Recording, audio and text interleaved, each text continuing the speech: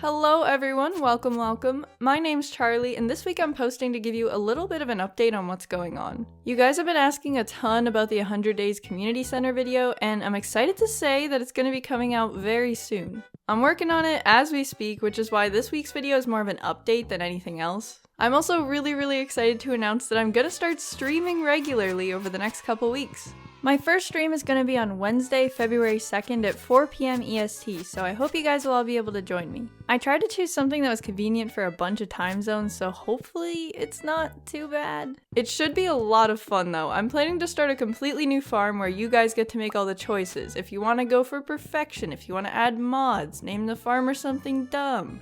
Mary Abigail. Everything will be up to you, and I just have to do what you say. More long-term, the plan is to stream on Wednesdays and Saturdays, with the Wednesday streams being anything I feel like doing, which will probably start off as Pokemon Legends Arceus, and the Saturday streams being Stardew related.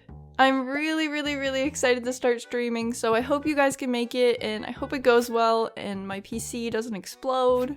That would be ideal. So that's all I have in terms of updates. The rest of this video is going to be a bit of a preview for the 100 days, and I guess for the streams as well, in a way. One of my goals for the Community Center Perfection Run is to beat Journey of the Prairie King, so obviously I have a lot of outtakes that I thought were super hilarious. They can never fit in the video though, so I decided to just put them here for your amusement. Thank you for listening, I love you guys, and I'll hopefully see you at the stream. Hello everyone, I've been playing Journey of the Prairie King. I'm at this stage in my life, and I just wanted to— oh my god. Okay, everything's fine. See how I'm not panicking? That's really the essence. I started recording my voice because I was like, dude, this is the one. This is the attempt. This is the one where I'm like, wow, that's crazy that I just beat Journey of the Prairie King, and then it was gonna be so happy, and we were all gonna have a good, happy time. And it was gonna be great. There's popcorn popping in the back of the room. Don't worry about that, okay? It's just fine. If it burns, like what? Who cares? It's popcorn. Okay, let's get—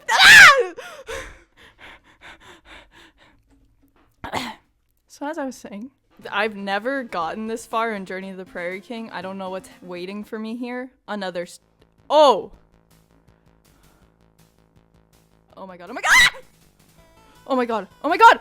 Oh my god. Dude, do you think I have the brain cells for this, actually? Who do you think I am right— no, my god!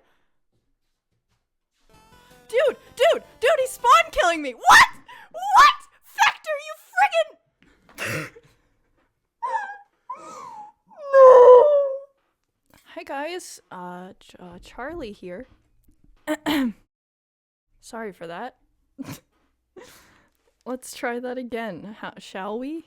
It's fine, it's whatever, you know? It's like, just sometimes that's the way life is, and you just gotta kind of roll with it. Oh, Sheriff Star, howdy doodle.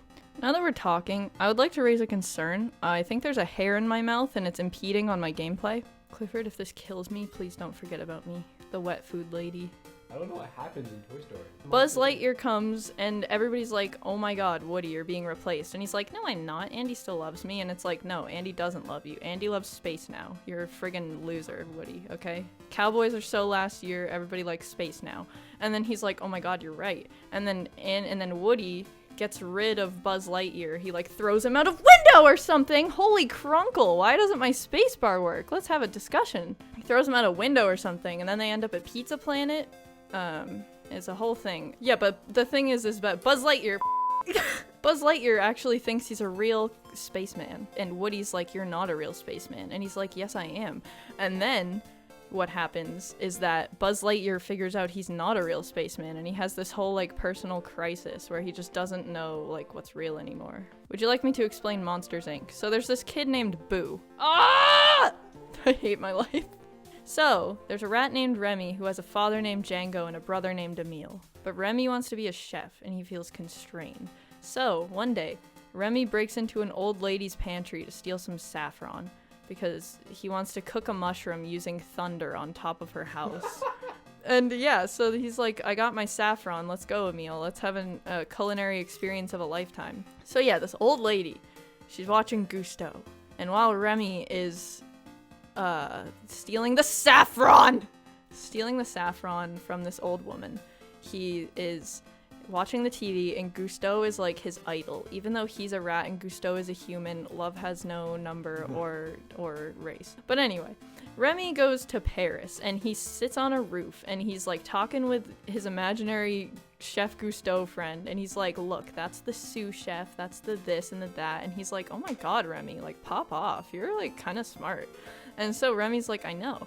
And then he goes in and he sees this pathetic, squiggly little linguini man ruining a soup. And he's like, I am a rat, but I still can't stand for this. So he falls through the glass on purpose. Or no, it was an accident, but it was a happy accident, as Bob Ross would say. And so he goes in, he fixes the soup. Tiny head chef is mad. He's like, you friggin' imbecile, how dare you tamper with my soup?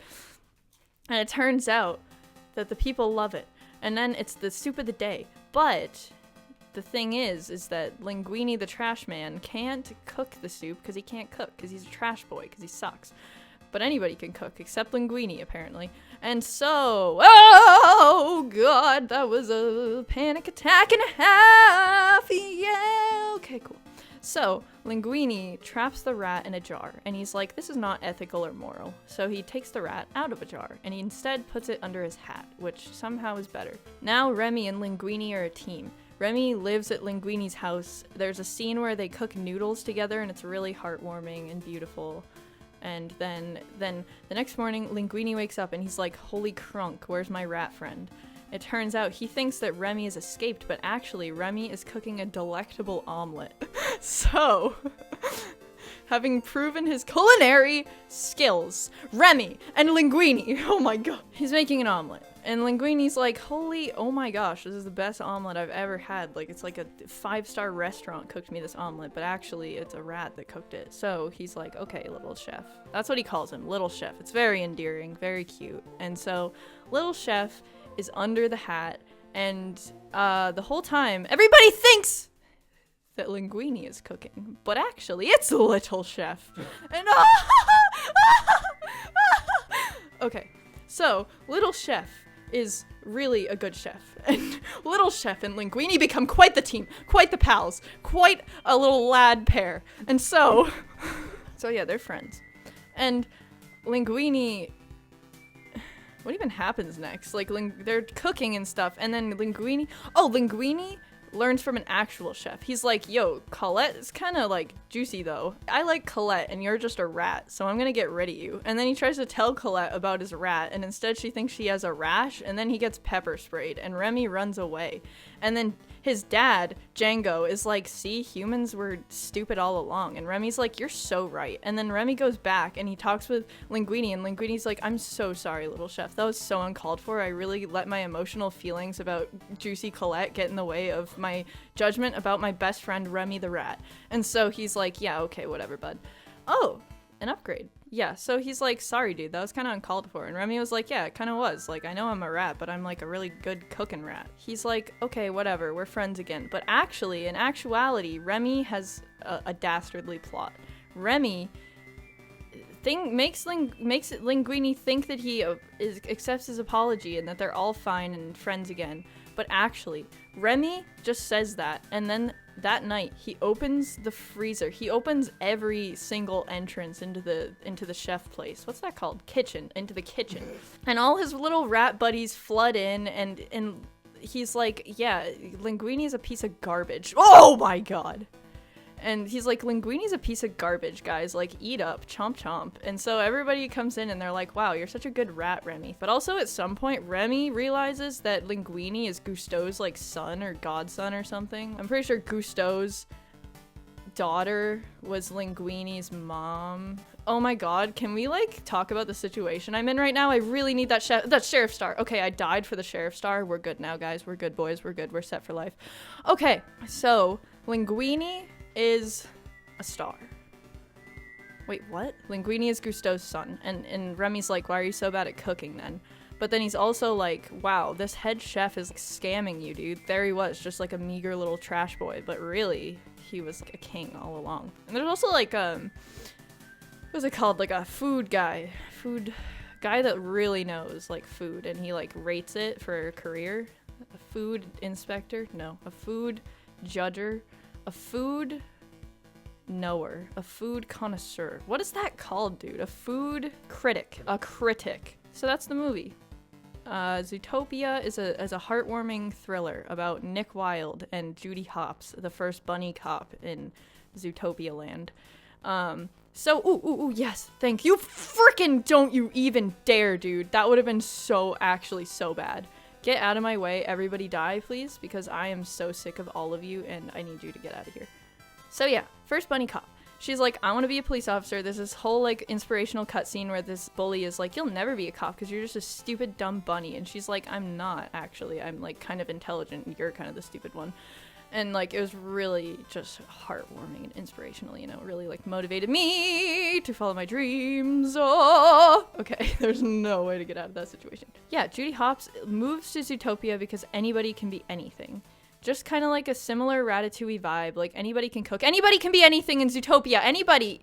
Oh my god. So yeah, she's like this and that, and her whole family thinks foxes suck because a fox bullied her as a child. Okay, so she moves to the city, and she's like a police officer. She's like, thinks that everybody's gonna love her, but actually everybody hates her, and they make her do like parking tickets or something.